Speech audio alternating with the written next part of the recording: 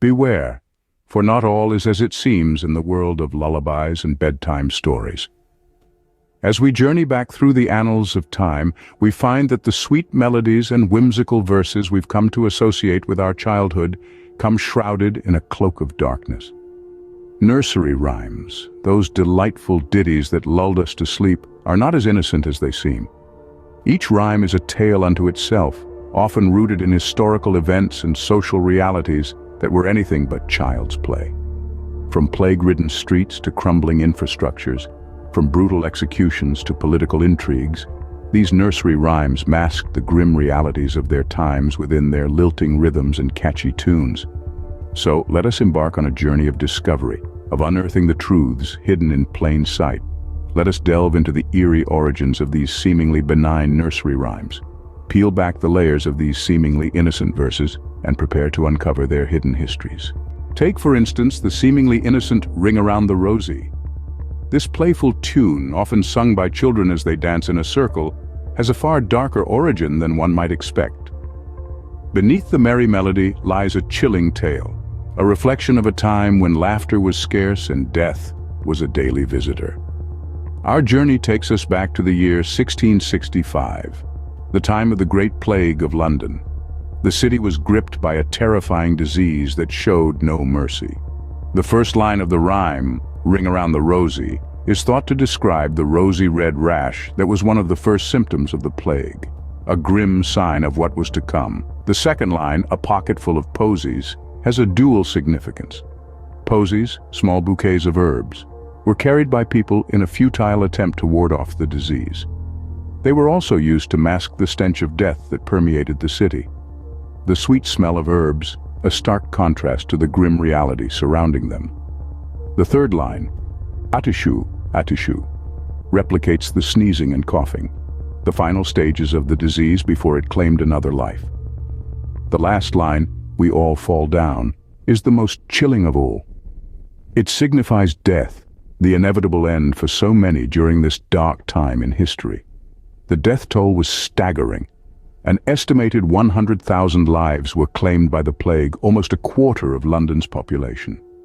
In the midst of such horror, the nursery rhyme served as a coping mechanism, a way for people, especially children, to process the incomprehensible tragedy unfolding around them. Ring Around the Rosie is a testament to the resilience of the human spirit, a dark lullaby born out of a time of despair. It's a reminder that even in the face of death, life finds a way to go on. Ring Around the Rosie is more than just a nursery rhyme. It's a piece of history, a legacy of survival hidden in plain sight, a pocket full of posies indeed. London Bridge is falling down, a playful tune or a historical warning. The melody of this nursery rhyme has echoed through playgrounds for centuries, but its origins might not be as innocent as they seem. This seemingly harmless ditty may actually be a grim retelling of the numerous Viking invasions that plagued London Bridge during the early Middle Ages. You see, London Bridge wasn't just a simple crossing over the River Thames. It was a strategic stronghold, a gateway into the heart of London. Its fall could have meant the fall of the entire city.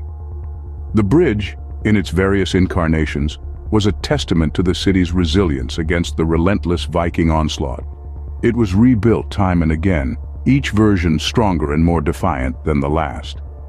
But the Vikings, with their fierce determination and ruthless tactics, were formidable foes. The bridge's strategic importance cannot be overstated. It was a lifeline, connecting different parts of the city, facilitating trade, and crucially, it was a line of defense. The bridge saw countless violent clashes, the air filled with the roar of warriors and the clash of steel. It was here, in the shadow of this bridge, that the fate of London was often decided. The nursery rhyme's refrain, My Fair Lady, could potentially refer to the River Thames itself, a powerful, unpredictable force that often proved to be a challenging adversary for the bridge builders. So the next time you find yourself humming along to London Bridge is Falling Down, take a moment to appreciate the rich and brutal history encapsulated in its lyrics. This isn't just a song about a crumbling bridge. It's a tribute to a city's resilience, a testament to the countless lives lost in its defense, and a reminder of the relentless Viking invasions. Next time you sing it, remember the battle cries. How about the three blind mice? Just a silly tale or something more sinister? The nursery rhyme Three Blind Mice has delighted children with its catchy tune for centuries. But beneath its playful rhythm, it holds a dark secret, a gruesome tale that stretches back to the 16th century.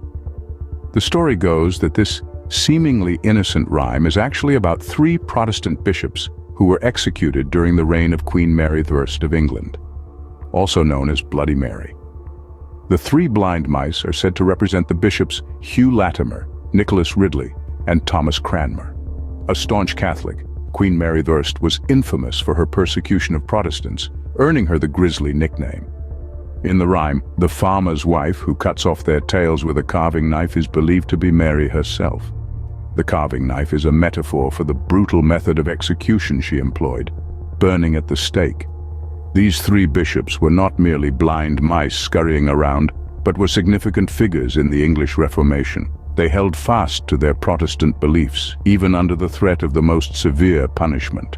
Their steadfastness, however, could not save them from their grim fate.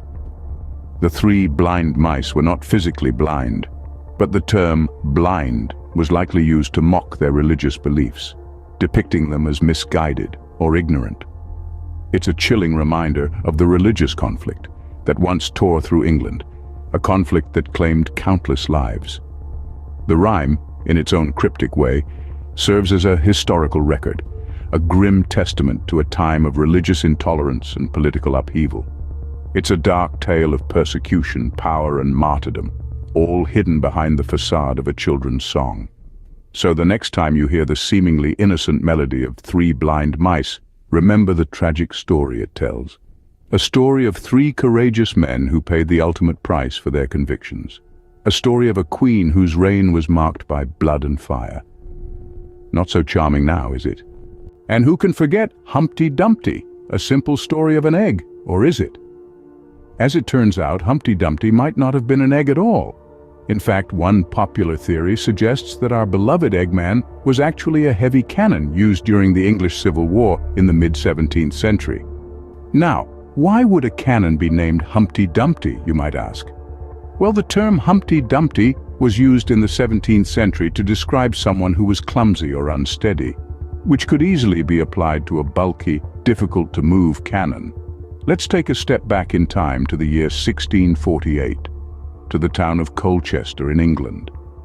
Colchester was under siege by the parliamentarian forces, and the royalists were fiercely defending their stronghold. Atop the church of St. Mary at the Walls, the royalists positioned a large cannon. This cannon was colloquially known as Humpty Dumpty. Humpty Dumpty was a force to be reckoned with, causing significant damage to the advancing parliamentarian troops. But, as the nursery rhyme goes, Humpty Dumpty had a great fall. During the siege, the wall beneath the cannon was heavily damaged by enemy artillery fire, causing poor old Humpty Dumpty to tumble down. The royalist All the King's Men tried their best to recover and repair the great cannon. However, the damage was too severe. Humpty Dumpty, the formidable cannon, was beyond repair and could not be hoisted back onto the damaged wall. The loss of Humpty Dumpty was a significant blow to the royalists, and soon after, the town of Colchester fell to the parliamentarians. So, the seemingly innocent nursery rhyme of Humpty Dumpty is believed by some to echo the historical events of the English Civil War, telling the tale of a cannon that fell from a wall and couldn't be fixed. And there you have it, the grim reality of Humpty Dumpty. It's not just a simple story of an egg falling off a wall, but rather a tale of war, loss, and the relentless march of history. A great fall indeed. Goosey Goosey Gander, a harmless nursery rhyme or a chilling echo of the past. Let's delve into the depths of the seemingly innocent Goosey Goosey Gander. It's a familiar tune, a staple in children's songbooks. But behind its playful melody and nonsensical lyrics lies a tale of religious persecution during the turbulent Tudor era. The Tudor era, spanning the late 15th to the early 17th century, was a time of great religious conflict in England. The nation was torn between Catholicism and Protestantism, the two dominant religious factions of the time. This conflict was not just a matter of personal belief. It was an issue that shaped politics, society, and even dictated life and death. Goosey Goosey Gander, as per some interpretations, is a chilling commentary on this religious turmoil. The goose, a symbol of foolishness, may represent individuals who refuse to conform to the state-sanctioned religion. Where shall I wander? Could be seen as the uncertainty and fear of those persecuted for their faith, never knowing where they might be safe. The most unsettling line, "There I met an old man who wouldn't say his prayers. I took him by the left leg and threw him down the stairs," is thought to portray the terrifying consequences of non-conformity. The old man's refusal to say his prayers could be a refusal to conform to the religious norms. His harsh punishment, being thrown down the stairs, symbolizes the brutal repercussions faced by those who dared to defy religious conformity. So, the next time the tune of Goosey Goosey Gander rings in your ears, remember the fear, the conflict, the ruthless persecution that may lurk behind its innocent facade. A nursery rhyme, yes, but one that echoes a time when religious belief could determine one's fate, when a simple prayer could be a matter of life and death. A chilling lullaby, to say the least. The disturbing origins of these nursery rhymes reveal a history we often overlook. It's a chilling thought, isn't it? We've delved into the murky depths of these seemingly innocent verses and emerged with a new, somber perspective. Let's take a moment to reflect on what we've uncovered. Ring Around the Rosie, that playful children's game, was in reality a grim portrayal of the Great Plague of London. It's shocking to think that such a deadly event could be wrapped up in a sing-song verse. Then we have London Bridge is Falling Down. This rhyme, which has delighted countless children with its catchy tune, hides a horrifying tale of human sacrifice. It's a stark reminder of the brutal practices that were once believed to ensure a building's stability. Three Blind Mice is another one that gives us pause. Behind its deceptively simple lyrics lies a tale of religious persecution and brutal retribution. It's a testament to the turbulent times of Queen Mary I's reign, and who could forget Humpty Dumpty? Rather than a cautionary tale about an unfortunate egg, it's speculated to be a veiled reference to a powerful cannon used during the English Civil War. An explosive revelation, wouldn't you say? Lastly, Goosey Goosey Gander, with its peculiar lyrics, is actually a chilling account of religious intolerance during the 16th century, a time when even the privacy of one's home was not guaranteed. In conclusion, these nursery rhymes passed down from generation to generation are more than just catchy tunes. They serve as echoes of our past, a past that is darker and more complex than we often realize.